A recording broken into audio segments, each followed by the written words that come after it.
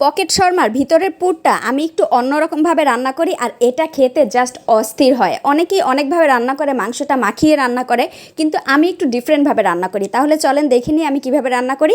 আমি এখানে প্রথমেই তেলের মধ্যে পেঁয়াজ কুচি আর টমেটো দিয়ে দিব। এরপর এটাকে একটু কিছুক্ষণ নাড়াচাড়া করে এটা আমি ভাজা ভাজা করে নিব। এটা যখন একটু রান্না হয়ে যাবে এ পর্যায়ে আমি এখানে অ্যাড করে দিব লবণ এবং শুকনা মরিচের গুঁড়া এবং ধনিয়া গুঁড়া।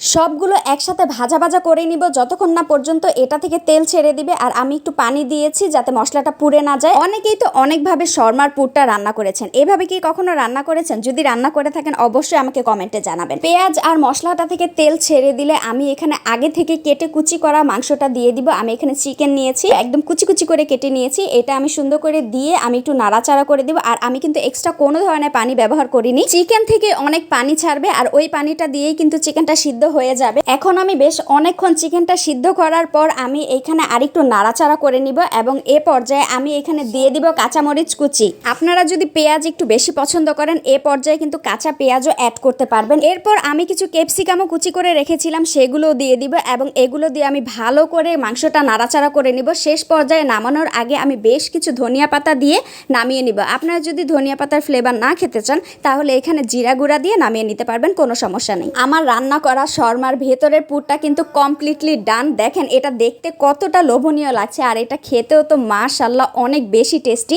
আমি কি করেছি, বাসায় মায়োনিজ তৈরি করেছিলাম, ওই মায়োনিজের সাথে এটা মিক্স করে নিয়েছি। আমি ডিম দিয়ে মায়োনিজ তৈরি করেছিলাম। আপনারা যদি ডিম দিয়ে মায়োনিজ তৈরির রেসিপি চান সেটাও কিন্তু আমার পেজে আছে, একটু চেক আউট করে নেবেন। এরপর আমি এইখানে ছোট ছোট বান করে নিয়েছি, শর্মার মতো বড় বান করে নিই যেহেতু এটা পকেট শর্মা। আপনারা চাইলে এ পর্যায়ে রোলের মতো করেও শর্মা যেটা আমরা রেগুলার খাই ওইভাবেও মেক করতে পারেন, কোনো সমস্যা নাই। কিন্তু যেহেতু এটা পকেট শর্মা এজন্য আমি বানগুলোর মাঝখান দিয়ে কেটে বার্গারের মতো এই পুরটা দিয়ে দিয়েছি আর এটা খেতে জাস্ট অস্থির হয়েছে। অবশ্যই বাসায় ট্রাই করবেন।